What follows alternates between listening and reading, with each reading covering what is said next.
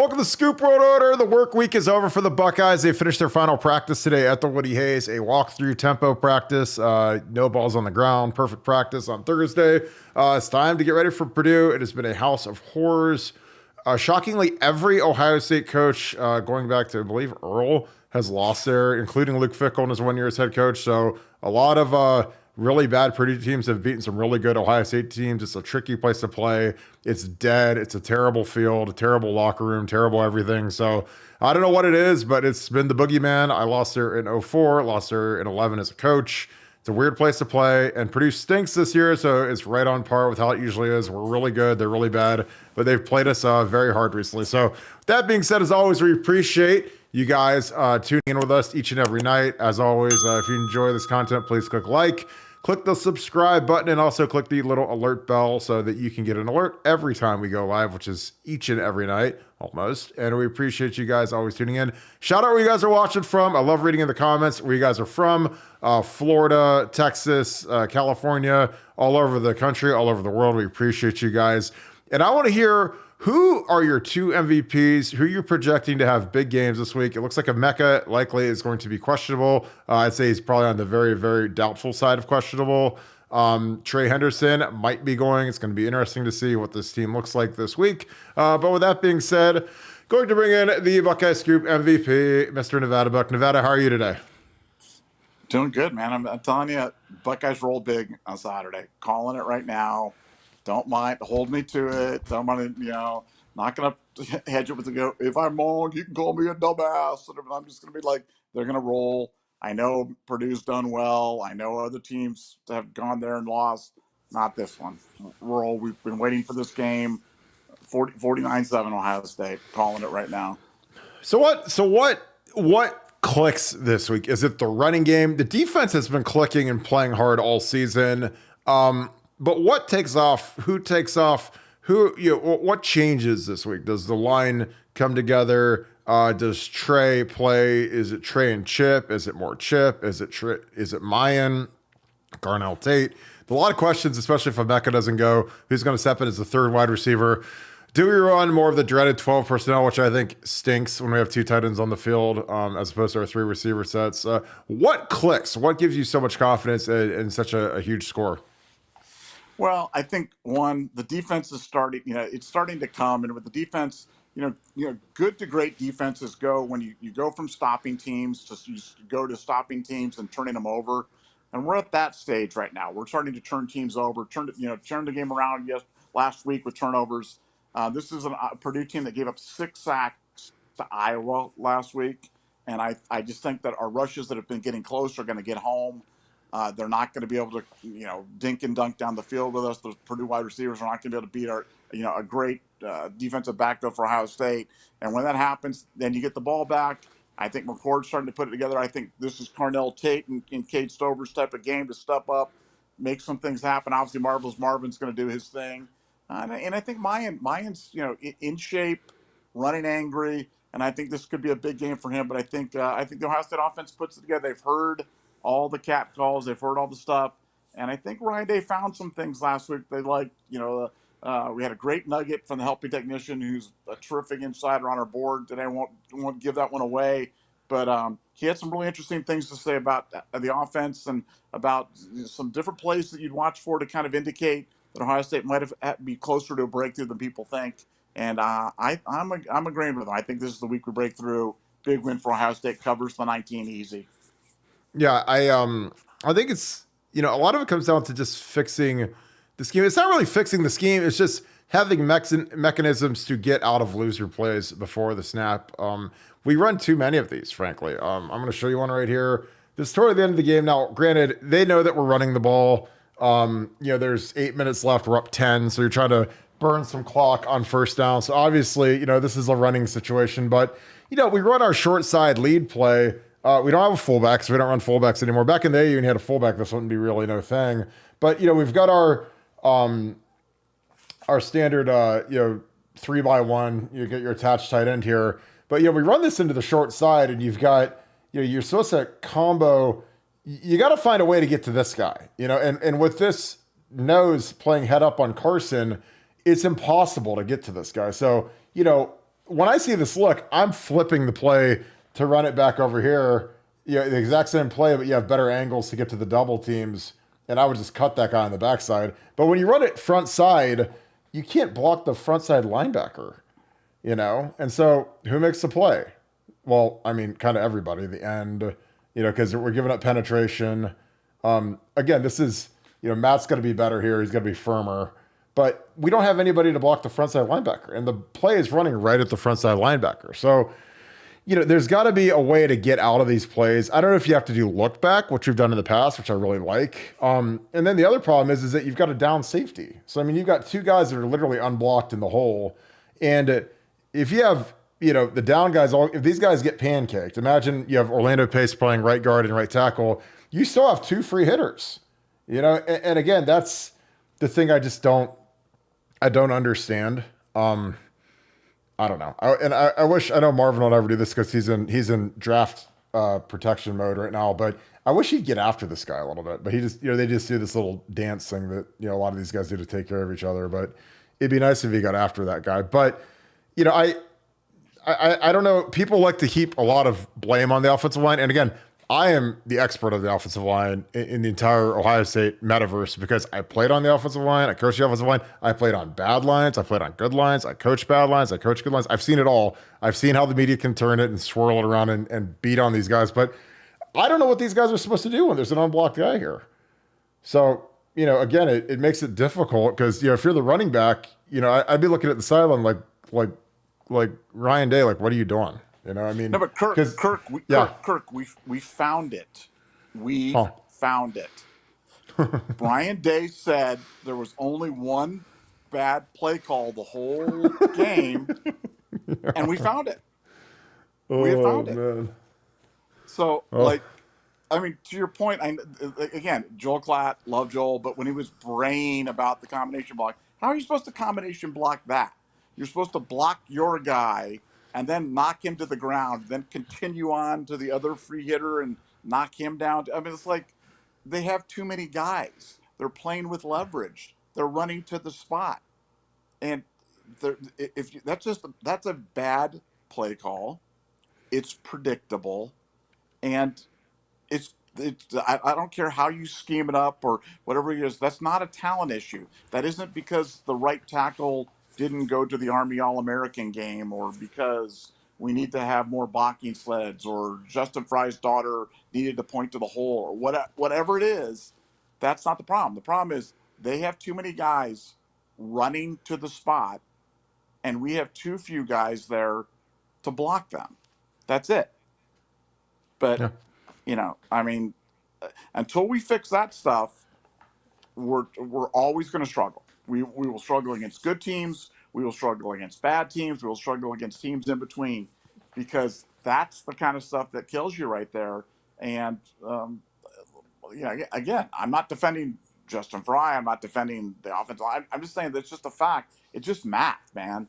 If guys are running across your face and beating you to the spot, there's nothing you can do. Absolutely nothing. Well, we'll see. I think, what I would do is just put a mechanism to audible and flip the play. Because if you flip it, you at least have a chance. You have much better angles over here. You can get to the front side linebacker. You got to book this guy. You got to read him or you got to do something with Kyle to bring him back. But at least you have a chance. The other way, now on that play right there, let's go back to the beginning. Now, isn't the right move? And again, correct me if I'm wrong, but if I'm running this in Manhattan Beach Pee Wee football, okay, I'm having a Mecca come in and block the guy underneath the slot guy, the guy's outside of Cade, instead of trying to get Cade to hook him, and I'm having Cade pop outside and try to then get outside. But I'm using my angles where I'm having a Mecca come in and just earhole the guy the way that Evan Spencer did on 85 yards through the South, and then have Cade jump outside. And doesn't that work? Oh yeah, absolutely. I mean, you'd have to cheat him down a little bit. I mean, he'd have to cut it down to about here, or you could motion him and try to seal him. Now you can't crack him because they'll throw you in jail if you do that in modern football. But that would be that would be that would change it from a stretch to what they call a truck where you pull this guy. But that would be a solution. I was just thinking, like, I thought you were going to go, how about we run in here and you throw this, and he catches it and he's just like that. Because that's what I do. I mean, these guys are playing, what are they playing 7 off and he's playing, about 9 off. So, I mean, you could just throw the bubble, just catch it. And I mean, no one's going to get to him. If he catches it and they, just do like a quick bub and you have him go there and you just throw it right there, like, that's free money, in my opinion. I mean, that's like a toss sweep to the receiver. But that's just my opinion. Again, like we're not here to. We're just looking for solutions. Again, a great man told me once, "Don't bring me the problem, bring me the solution." Well, when you call loser plays to the short side, then you're going to get a lot of those deals. This next play I like a lot better. We start off 2 by 2. 2 by 2 means we've got 1, 2 by 2. So we got 2 by 2. And I love getting these guys out in space, especially, he's going to time this up better. G does. But you get out here, and him and Cade can combo and work up, and you can get one here and just kind of full zone the whole thing. And someone has to get up and seal this guy. But when you toss this out here, I mean, there's a lot more room. And then, of course, with our silt crappy turf that we have, this guy just, slides across the thing. But this at least gives you a chance to go get some yardage. You can go get 6. I mean, he really doesn't even get touched. He puts his foot in the ground. Again, this is a great cut. He puts his foot in the ground and goes north. And like, I love this, and this guy, this guy's an ankle tackle away from him busting it. But I like that a lot better just because I like the numbers better. I mean, football, like the running game, it's all numbers. I mean, if you have more guys than we can block, then there's no chance it's going to be successful. That first play was an example of that. Second one is a lot better because not only is there more space, it's a wide side of the field, but it's just more of what I think we're good at, stretching these guys out and climbing again. But yeah, it was interesting. Is this the cheat motion play? Yeah, I think this is Marvin. I don't know if they called this one, but this is close. I think that this is the penalty. So I remember I was watching this live. I think this is the penalty. But the in vogue play right now in the NFL is this, they call it a cheat motion, CHEAT, where these guys, like, they run and then they try to time it up and get like a step or two forward, like they're in Canada. But it goes so fast that a lot of times in the NFL, they're not calling it. Like the Miami Dolphins started doing it with Tyreek Hill. And so now you see the Rams doing it with Cooper Kupp, and you see the Chiefs doing it. Basically, everybody does it now. The Shanahan does it with Deebo Samuel. But you see it, and like as soon as he's starting to go forward here, like before the snap, which is illegal, but it's so slight that a lot of times it's not getting called. I can't tell if this is the one that got called. I think this is the one that got called because I remember I was watching that in the stadium, and I was like, God! And this was like the latest flag of all time. But I remember watching it, and I was like, that's illegal motion. And I was like, watch, I bet you they don't call it. And then like 5 seconds later, they literally like throw the flag. The guy's his handkerchief was like, must have been down like around his ankles or something. But but go back to the formation and just look how much stress this puts on the defense when you line. Forget the cheat motion and forget the going parallel to the line in terms of coming. It's like you've got a guy at the top. You've got 3 guys down at the bottom. You've got the offset back who's going to go out in coverage. I mean, it's so difficult. This completely stresses the defense right now, completely. And heaven forbid that McCord ever like tucks it and runs it on like a quarterback draw or something like that. But like you want to run into a light box, you want to spread the other team out in terms of look how many guys are running open on this play. Well, yeah, and here, this is throw it. You've got a 6-man box, so 6 on 5, you throw it, and that means that this guy Marvin, the best player in the country, is singled up. There's no help at all. The safety again. This is a good read by McCord because again, with this motion, with X coming in motion right here, the safety, it draws his eye, so he takes a step. And as soon as he takes that step, I mean, McCord's throwing that thing. Like as soon as he breaks this away, and you got this right here. I mean, that's stealing. He makes a good throw. I mean, everything's great except for the motion. And it's funny, like he does the whole silencer celebration and does his little thing, and then they finally. I mean, that's the latest flag I think I've ever seen. They finally get around to calling the deal. But yeah, I think the running game is going to take a step this week. I mean, Purdue is atrocious against the run. So, again, the thing I worry about in this game is it's a sleepy, terrible environment. We've started slow on offense. Defensively, we haven't started slow, but offensively we have. And Purdue is not conducive to electrifying starts. Just because I've played there, coached there, it's like playing in a morgue, a mausoleum. But Nevada, what are your keys to starting fast this week against Purdue? Because I think it's get the throw game going early. Because I think the throw game opens up the running game. It gives these guys a lot of help. Because again, we have two absolutely terrorizing wide receivers. Even if Emeka's gone, Cardinal Tate is as good as anybody in the Big Ten. He just doesn't play. But what do you need out of this offense to get that quick start? Like, what would you change? Who needs to step up? Who do you need to feature in the running game? What are your thoughts on that? Well, I think you throw to set up the run, not the other way around. And I think that's we have to accept the fact that we're a pass first team. And pass first does not mean pass only, but we're pass first. We pass to set up the run. We pass to be able to put you in a situation where you have to play the light box. And then when we get that light box, when we get that 6-man box with that offset back, now let's run into that. Now let's run plays out of that. Now let's run your zone read action with the quarterback and see what happens then. Heaven forbid we ever start running the quarterback and really not only equate numbers, but then we'd have numbers. Then it's it's over at that point in time. But even with this, like I said, just spread them out, pass it, have some. McCord just needs to be sharp. If McCord comes out and just isn't, he wasn't sharp last week in the beginning, and it really cost us because their offense runs through Kyle McCord. That's just the reality. He's the distributor. He's the spark plug. He's the point guard for this offense. And he's just got to come out, make some easy throws, get him some easy throws, some easy pitches and catches out there. Let's go down the field.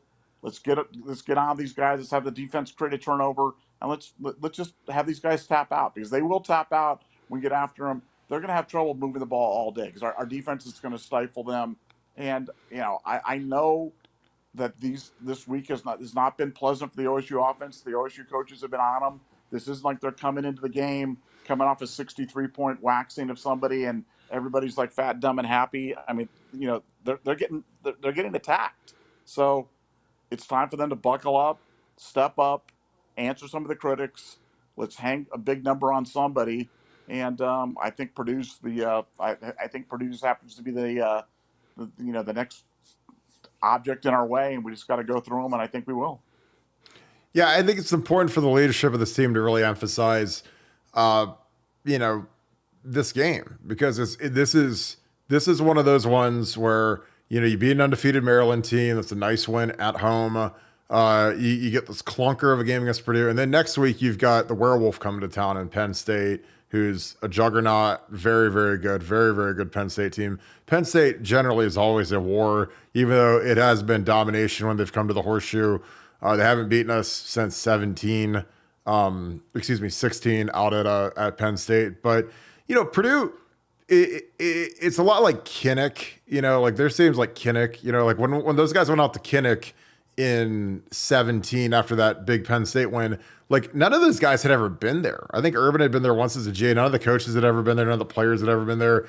And it's a weird place to play. It's a loud, tough place to play. And again, like I'm not acting like, there's any reason for a team to lose, but again, like Purdue, it's a funky place, but we've ran it up on them pretty good the last few years, especially like last year they had Aiden O'Connell, who's an NFL quarterback, and we just absolutely crushed them.